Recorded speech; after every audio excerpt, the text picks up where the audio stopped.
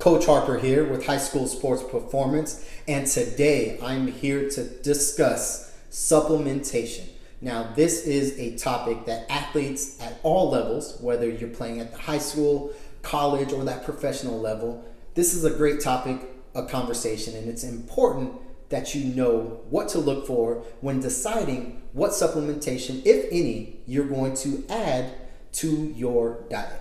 So high school athletes, coaches, parents that may be watching this video, I want to make sure that you are getting the most bang for your buck and you're educated from a scientific standpoint on supplementation, how to use it, what ingredients to look for, and what is a quality supplement versus what is a non-quality supplementation.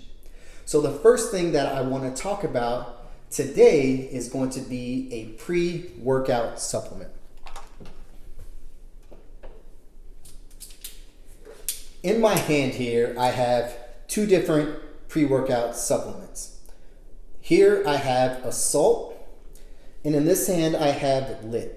These are two supplementations that you may, two pre-workout supplementations that you may see on a GNC shelf, High Health, maybe just your other health food stores in your area, your grocery store. You can find pre-workout supplements pretty much everywhere these days. But there are some important things that you're going to want to note when deciding what pre-workout do you want to take to help you perform better out there on the playing surface. So the first thing that I think it's important that you look for when deciding what pre-workout am I going to take is going to be the serving size. Now, if we look at these two containers, you can see that this one here is larger than the one in the black and green container. Naturally, if you don't know what you're looking for, you might say to yourself, especially if this one is more expensive, a lot of people automatically will say, okay, I'm going to purchase this one because it's a bigger bottle and it's cheaper. If we look at the serving size in both of these supplements, though this one is smaller, they both have 30 servings. So essentially the serving sizes are the same. The scoop in this one is smaller than the scoop in this one that you would take and mix with your water or juice to take before your workout. So both of these, the serving sizes are the same, but that's the first thing that you want to look for when you're deciding and purchasing a pre-workout supplement.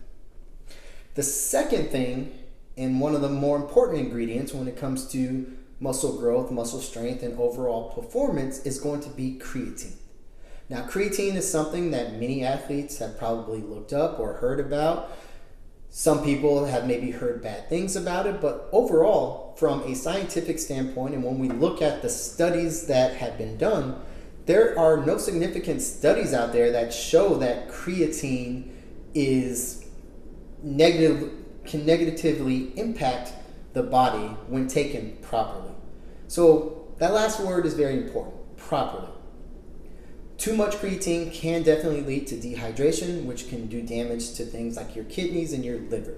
So it is going to be very, very important that every high school athlete that does decide to take a creatine supplement or a pre-workout that may have creatine in it, it's going to be very important that you stay hydrated. So you're going to need to drink even more water than you would normally. But outside of that, creatine is an excellent supplement when it comes to gaining muscle and helping to increase your performance. Now, I want to give you a little science so that I can then kind of come full circle and talk about why creatine is so important. So, the human body has three energy systems: the phosphocreatine, the glycolytic, and then the oxidative energy system. Now, I'm not going to dive into the ins and outs of each of these systems, but it's important to understand that every cell in our body is powered by what's known as ATP, adenosine triphosphate. So I want to draw your attention to the phosphocreatine system. Essentially, in layman's terms, the phosphocreatine system is activated when we are doing short burst activities or exercises. So somewhere in the neighborhood of 1 to 20 seconds. So you think about running a 40-yard dash. Most people can do that anywhere between 4 seconds and 6 seconds. When we think about running a 100-meter dash, most people can do that in under 12 seconds. When we think about doing a squat, if I'm standing here and getting into that squat position, that takes a second or less for me to go all the way down and back up to the starting position. So that's going to be that phosphocreatine system is activated in order for us to be able to do those short bursts. So let's get back to that ATP, that adenosine triphosphate. Well, we're going to burn through that very quickly. 1 to 20 seconds is not very long. So when we have a pre-workout, which both of these contain creatine, creatine is going to help us be able to regenerate that ATP at a quicker rate, which is going to allow us to work out a little bit longer and harder, and we'll have more energy to do so at a quicker rate. So when you're looking at your supplementation, you want to look at the nutrition facts and you want to see how much creatine is in the supplements that you're taking. Now, when we look at both of these supplements that are here, both of these have 1.5 grams of creatine, which is about the ideal amount of creatine that you're going to want before a workout. So looking at both of these, all things considered, so far the serving size and the amount of creatine in each of these supplementations are exactly the same.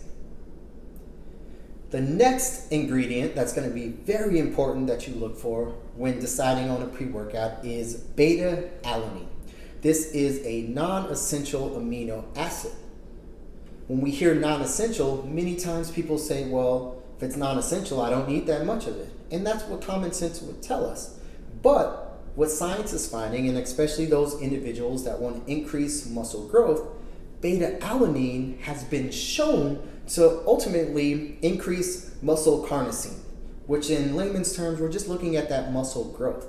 So the more beta-alanine, the better when it comes to a pre-workout supplement. So when we look at these two things, serving size as well as the amount of creatine have been exactly the same.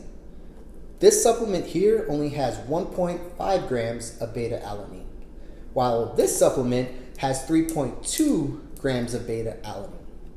So now when we look at these two, this one has the edge when it comes to quality because the beta-alanine is more.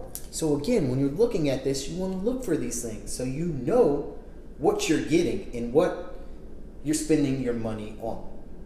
The last thing that I want you to consider is the amount of caffeine. Now, everybody's body reacts differently to caffeine.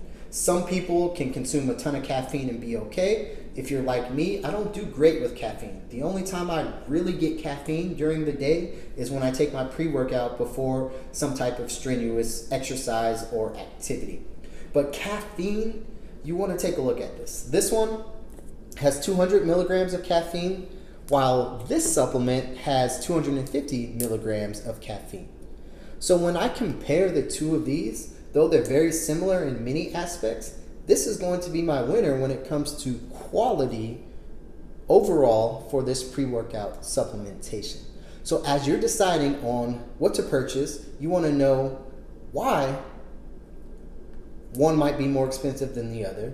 And typically the price reflects the quality, but not all the time. So if you don't know that and they have a good marketing plan going on, you could easily get tricked and maybe you're not spending your money in the best way that you possibly can.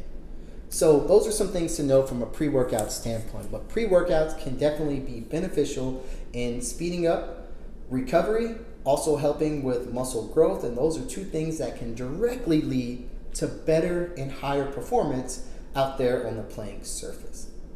Now I want to switch gears and talk about protein supplementation.